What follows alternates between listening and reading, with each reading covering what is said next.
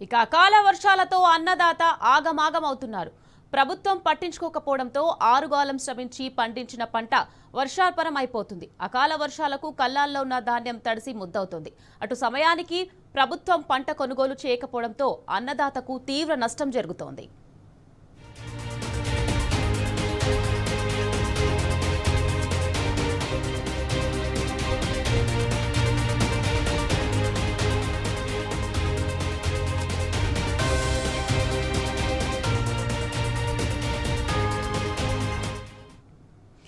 ఖమ్మం, భద్రాద్రి కొత్తగూడెం జిల్లాలో వర్షం దంచికొట్టింది. పలుచోట్ల భారీ వర్షం పడగా మరికొన్ని చోట్ల ఓ మోస్తారు వర్షం కురిసింది. పినపాక నియోజకవర్గంలో ఒక్కసారిగా భారీ వర్షం కురిసింది.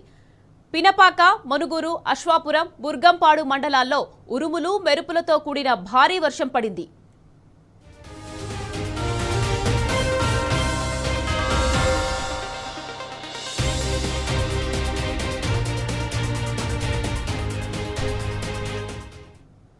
ఇక అకాల వర్షాలతో మొండికుంట కొనుగోలు కేంద్రంలో ధాన్యం తడిసి ముద్దైంది.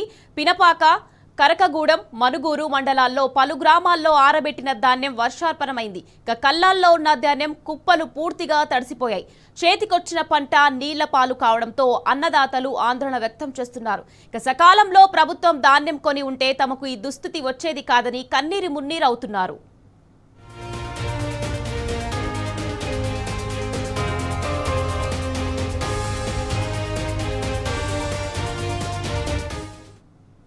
రైట్, ఇదే అంశంపై మరింత సమాచారాన్ని మా ప్రతినిధి సాంబా అందిస్తారు. సాంబా, చెప్పండి, అకాల వర్షం కారణంగా ధాన్యం మొత్తం తడిసి ముద్దయింది. దీనికి సంబంధించి మీ దగ్గర ఉన్న పూర్తి డీటెయిల్స్ ఏంటి?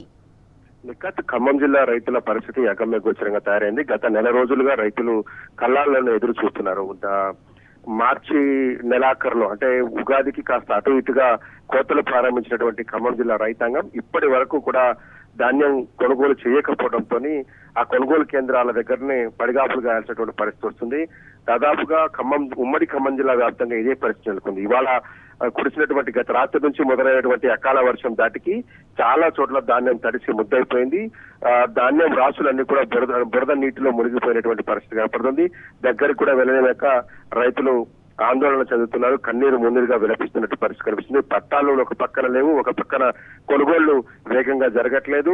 కొనుగోలు చేసినటువంటి ధాన్యాన్ని తరలించేందుకు కూడా లారీలు లేకపోవడం అనేది ఇక్కడ సమస్యగా చెప్పుకోవచ్చు. గత రాత్రి నుంచి కురుస్తున్నటువంటి వర్షాలకి పినపాక నియోజకవర్గం మొత్తం కూడా అతలాకుతలమైపోయింది. పినపాకలో ఉన్నటువంటి మనుగూరు, కరకగూడెం, అశ్వాపురం, బుర్గంపాడు మండలాల పరిధిలో ఉన్నటువంటి చాలా చోట్ల కొనుగోలు కేంద్రాల్లో ధాన్యం తడిసిపోయినటువంటి పరిస్థితి ఉంది. మొండికుంటలో అయితే మొత్తం నీటి మడుగులు తలపిస్తా ఉంది. కొనుగోలు కేంద్రంలో ఏర్పాటు చేసినటువంటి చోట ధాన్యం రాసులు పోస్తే మొత్తం భారీ వర్షం కురవడంతో అక్కడ కొనుగోలు కేంద్రాలతో కూడా తడిసి ఉంటుంది. కొత్తగూడెంలో అదే పరిస్థితి కనపడతా ఉంది.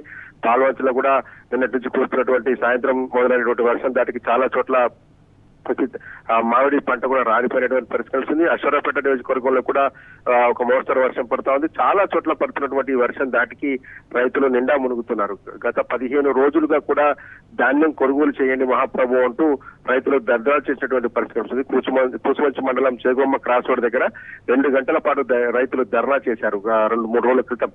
కానీ ఇప్పటివరకు ప్రభుత్వంలో చల్లం వచ్చినట్టుగా కనిపించట్లేదు. దీంతో ప్రకృతి కోపం ఒకవైపు, పాలకుల మోసాలు ఒకవైపు కలిసి రైతులను వెన్నెముక విరుస్తున్నట్టుగా కనపడుతుంది.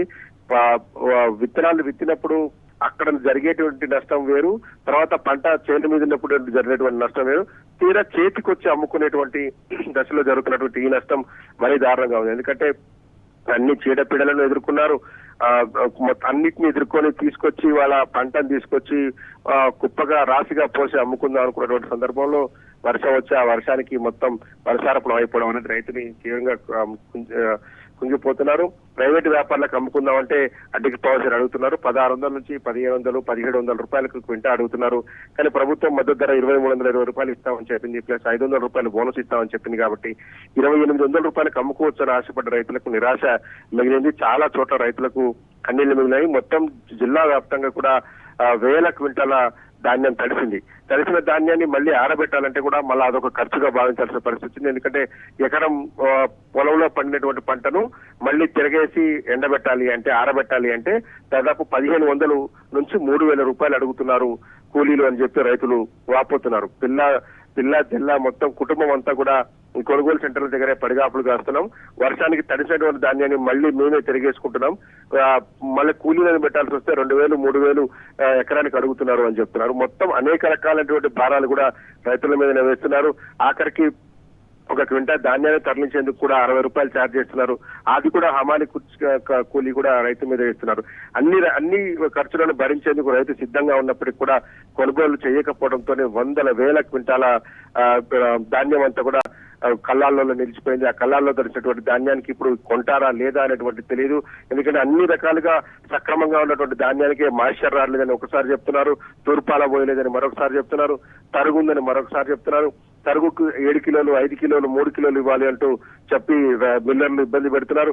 ఇన్ని కష్టాలకు ఓర్చి కూడా ధాన్యాన్ని నమ్ముకుందామంటే ఆ అకాల వర్షం రూపంలో వచ్చి పడ్డటువంటి ప్రమాదాన్ని రైతులు జీర్ణించుకోలేకపోతున్నారు. ప్రభుత్వం ఆదుకోవాలని కోరుతున్నారు. దీనంగా ప్రభుత్వం వైపు చూస్తున్నారు. ఎందుకంటే గతంలో వర్షం వచ్చి తడిసిన సందర్భాల్లో ప్రభుత్వాలు కొనుగోలు చేసినటువంటి దాఖలాలు ఉన్నాయి కాబట్టి మళ్ళీ కొనుగోలు చేస్తారేమన్నటువంటి ఆశతోని రైతాంగం ఎదురు చూస్తా ఉంది. కానీ అధికారుల నుంచి కానీ, ప్రభుత్వ పెద్దల నుంచి కానీ, స్థానిక నాయకత్వం నుంచి కానీ ఎలాంటి భరోసా రాకపోవడంతో బిక్కుబిక్కుమంటూ రైతులు ఆందోళన పడుతున్నారు.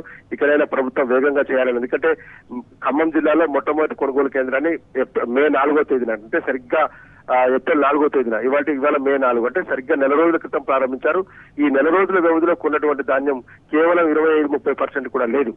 ఇంకా అంచనాలు వాళ్ళు వేసుకున్నటువంటి అంచనాలు తీసుకుంటామని చెప్పినటువంటి లక్ష్యానికి 75% కొనుగోలు జరగాల్సినటువంటి అవసరం ఖమ్మం జిల్లాలో ఉంది. కొత్తగూడెం జిల్లాలో అయితే 90% కొనుగోలు ఇంకా నిలిచిపోయి ఉన్నాయి.